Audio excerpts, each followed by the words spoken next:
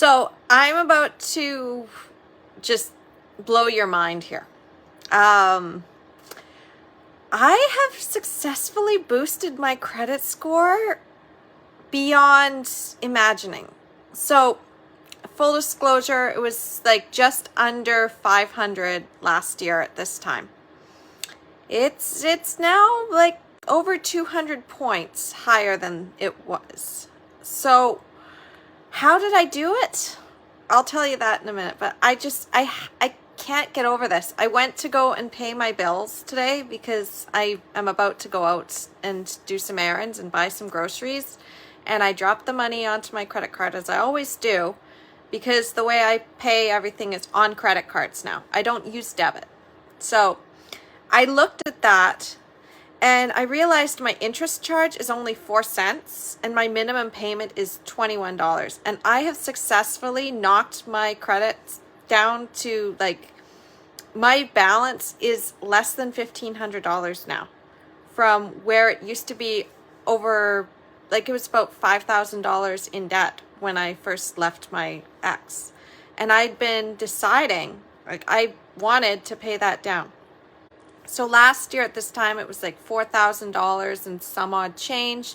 And I was buying the groceries and everything. And yeah, this is incredible. So for those of you who struggle with your finances and you want to know how the heck I did that. I mean, I'm a single mom.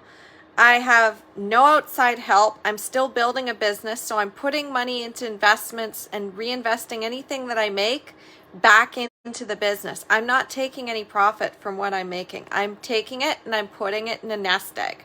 I've also built up savings and I'm living a pretty good life. I haven't been denying myself. I've been getting myself clothes. I've been buying the kids their toys and things. So how the heck am I doing this? You probably want to know that, right? I'm not overspending. I'm using my credit card judiciously. How did I do it? Well, the thing is that rich, successful people do not spend all the money that they have. They live under their means, not within your means, but under your means. So we look at money as an energy exchange, and we're constantly looking at things in a way, like all my friends do this, not as, oh, I just got a whole big chunk of money, where do I go spend it? We invest it. So I invest things back into what's going to give me a return. And when it comes to my quick and easy habits, though, for spending, what I did is I got rid of my debit card. My debit card does not get used. It's sitting there in my wallet. Sometimes I've just started leaving it home because I don't need it. What I do instead is I estimate how much I'm going to spend in a given day, or it's like I need to get groceries. So I estimate ahead of time, I think I'm going to be spending about maybe $200 in groceries. And then I put that money on my card. You can do that. It's online banking. You can just automatically take your money from your online banking and transfer it onto your credit card. And then what I do is I end up underspending. So then instead of putting that $200 on for my credit card, now I've only spent $119 for groceries that week. Sweet. Now I've paid down my credit card and I also had that budget in my groceries. So when you create your budget, estimate to have a little bit more than what you're actually intending to spend. Don't go like to the dollar. Go, okay, I have this much that I have theoretically to spend, and then underspend it. And then if you use your credit card, you can automatically start paying things down. So before, when I first started and I was dropping $400 every couple of weeks on my credit card, like every time I get extra money, it went on the credit card. Why? Because I also use my credit card as a debit card. So because I'm using that as my primary way of paying, it doesn't matter to me that I've just dropped a whole bunch of money on the credit card instead of keeping it in my bank account, because I know that that is there for me if I need it. If I really need it, it's there for me. But it's also built up my credit super fast, because when you continue to make consistent payments and then you put more money on the credit card to pay it down, that boosts your score every couple of weeks.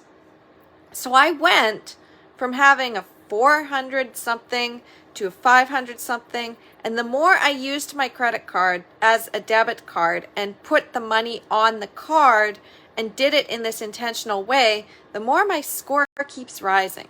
Like, I keep getting the information. The other thing I would suggest is you need to actually face your financial situation. You need to look at that and be like, okay, where am I putting my money? Is it actually giving me a return on my investment, or am I pissing it away?